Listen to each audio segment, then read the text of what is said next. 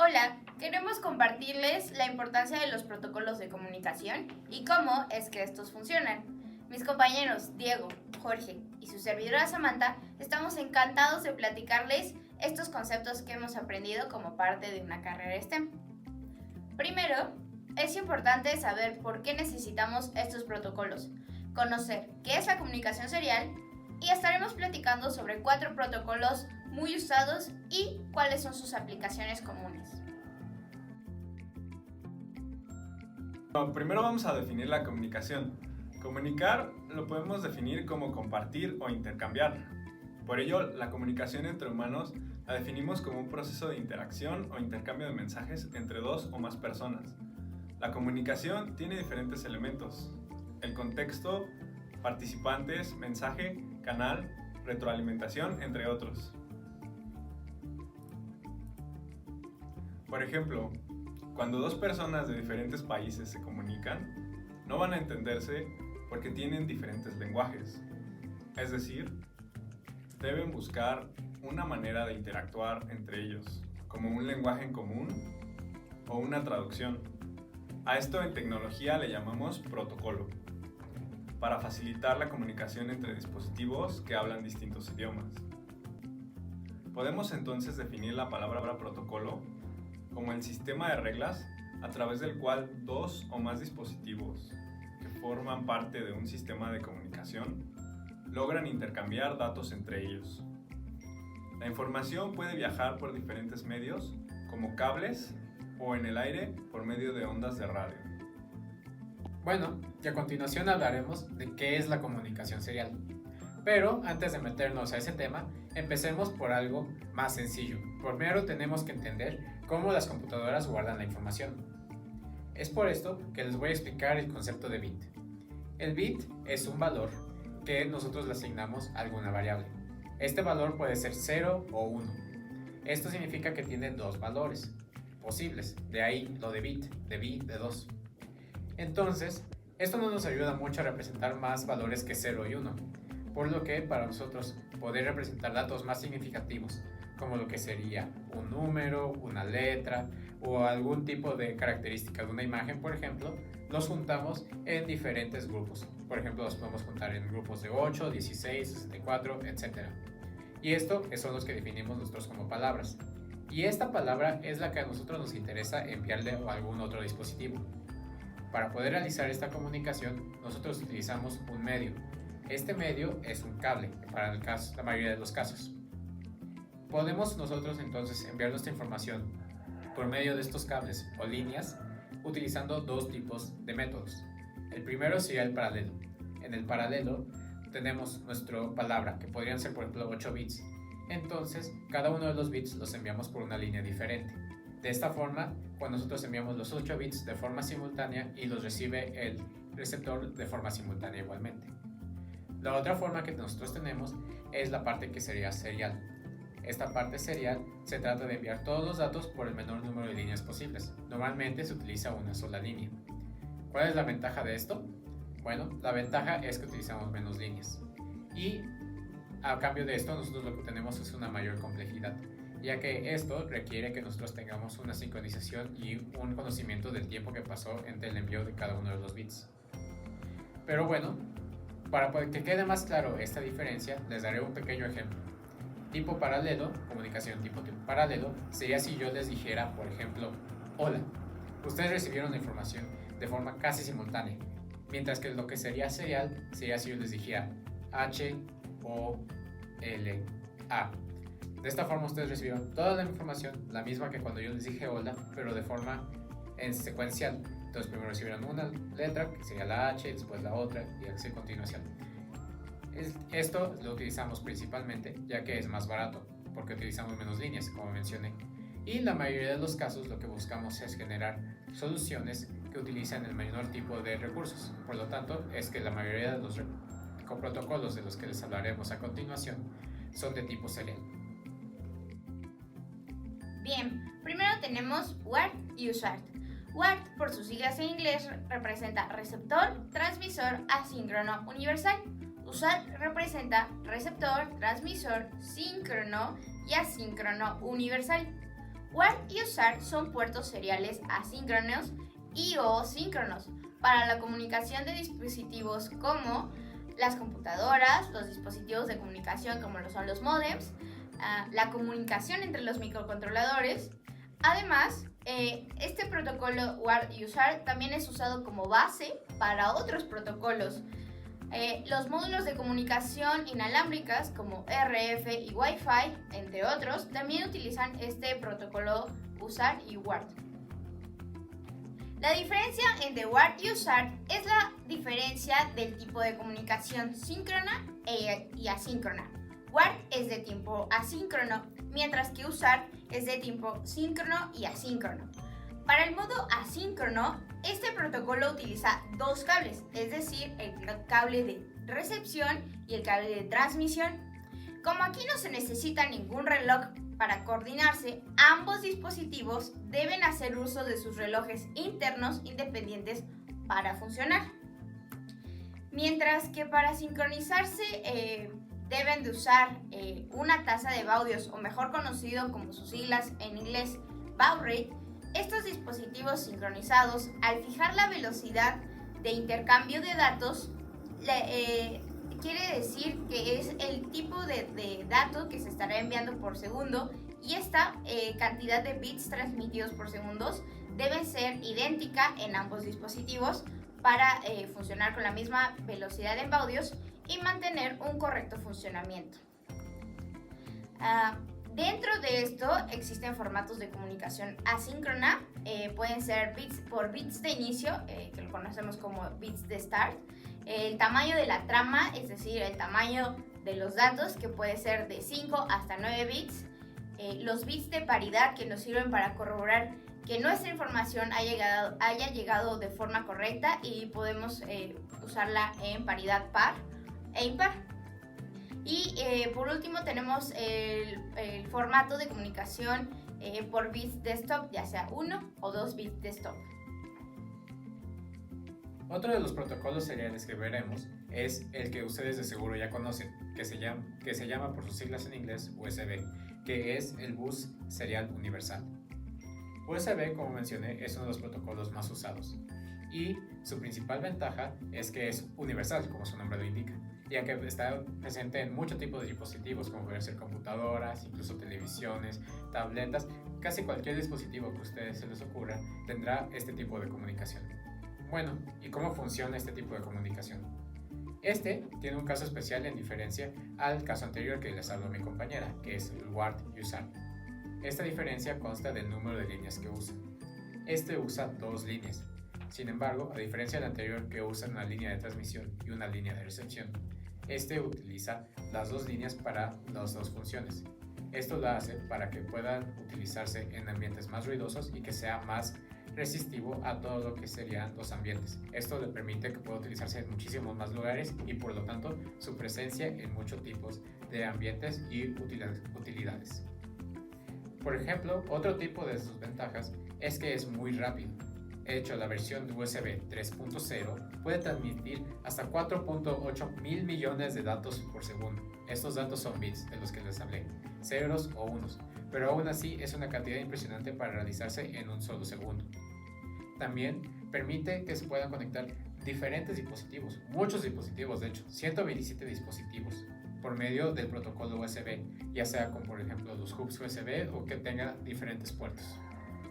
Y su última ventaja es que permite transmitirle la energía al dispositivo que se conecta, ya que, por ejemplo, WART y USART, que hablamos anteriormente, nada más se encarga de la recepción y transmisión de datos, mientras que USB se encarga de la recepción y transmisión de datos, al igual que le puede dar energía.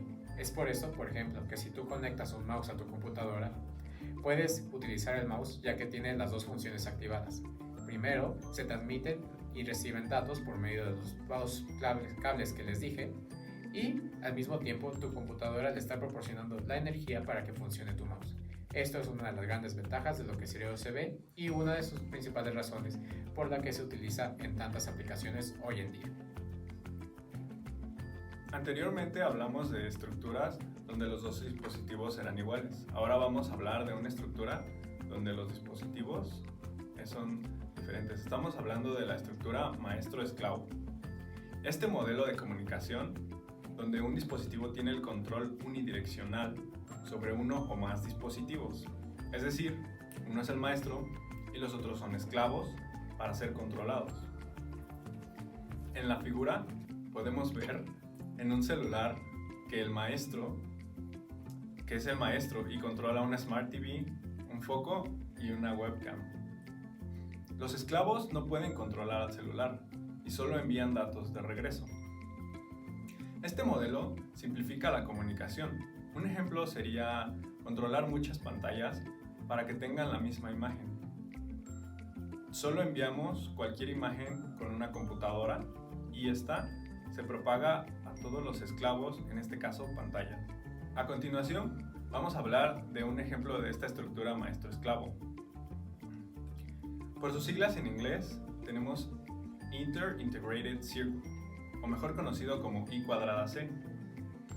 Este fue desarrollado por Philips y cuenta con dos señales o dos cables. Uno es el del SDA, que es nuestra señal de datos, y otro es el SCL, que es nuestra señal de sincronización.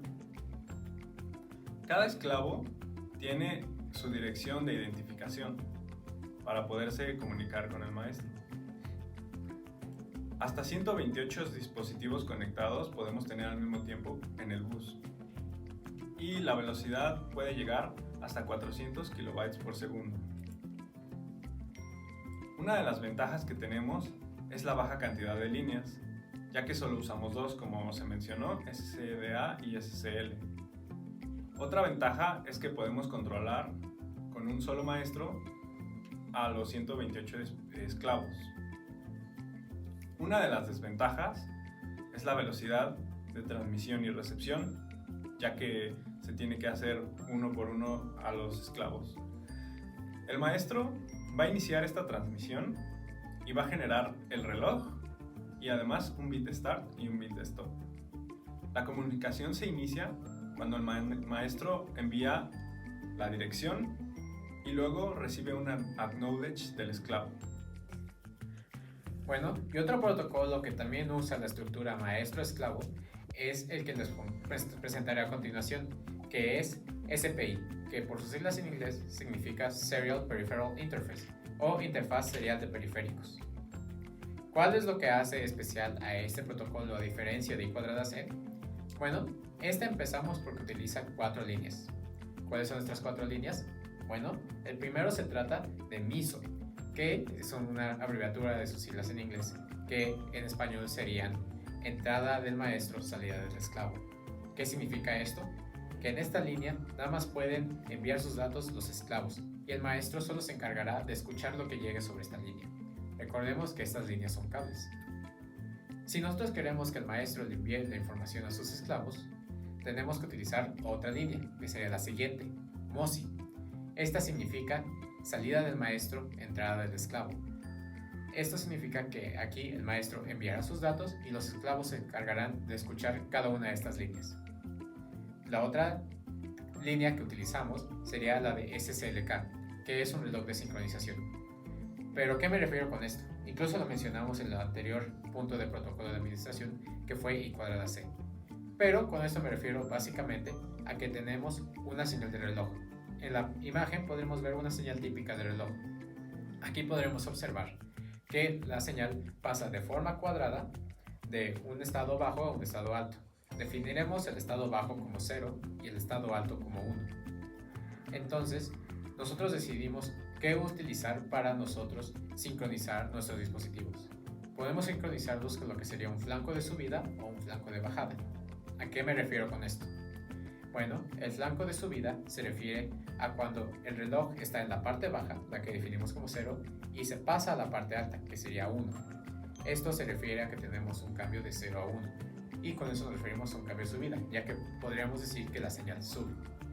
Por el contrario, el flanco de bajada se refiere a que la señal está en la parte alta y se pasa a la parte baja, es decir, del 1 al 0.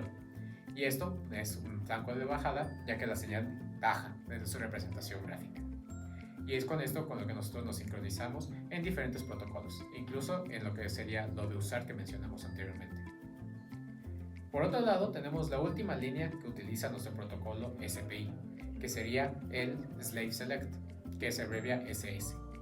¿Qué es esta línea? Bueno, esta línea es una de las principales diferencias de SPI, ya que esta línea se comunica directamente con un esclavo, solo uno.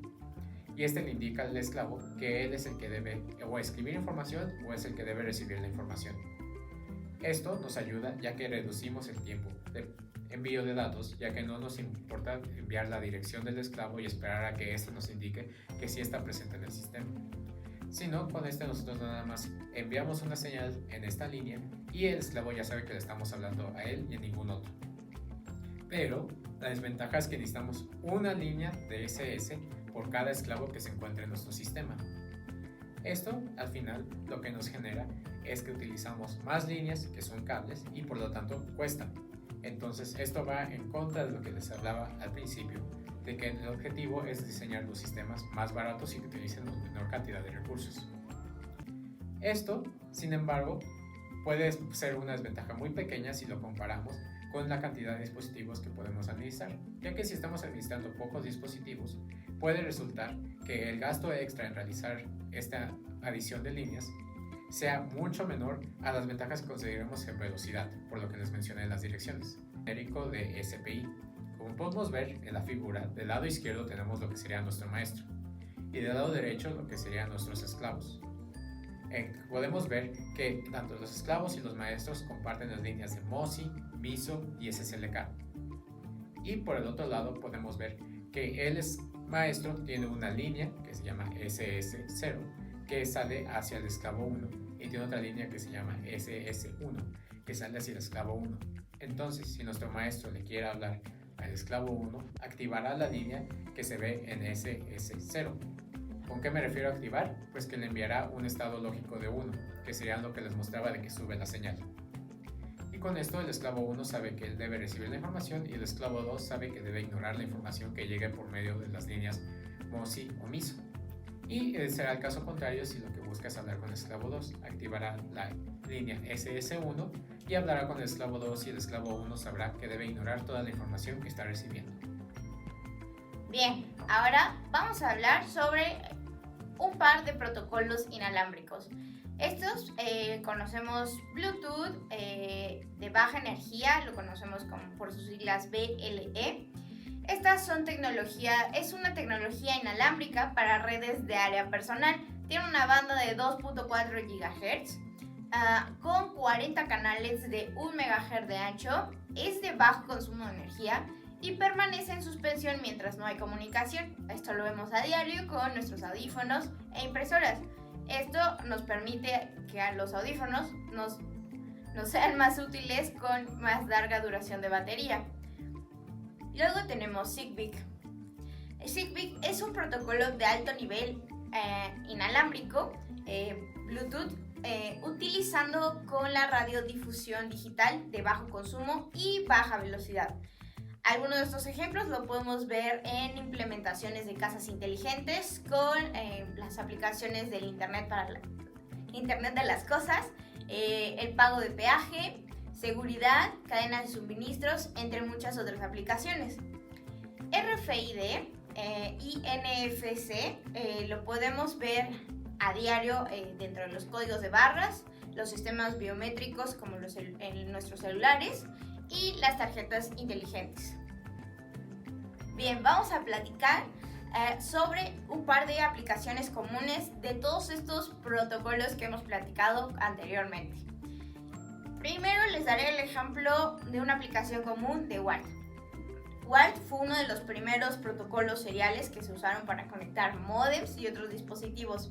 Después esto se cambió a usar con la interfaz RS-232 para conectar computadores con el monitor o impresoras. El USB es un método que se ha utilizado por muchísimos años para conectar webcams, impresoras, discos duros externos, memorias, entre muchos otros periféricos, y lo usamos a diario. El siguiente ejemplo es un ejemplo de I²C. Tiene como aplicaciones más comunes en sensores digitales de temperatura, infrarrojos, frecuencia cardíaca y algunos módulos para facilitar la comunicación de displays LCDs.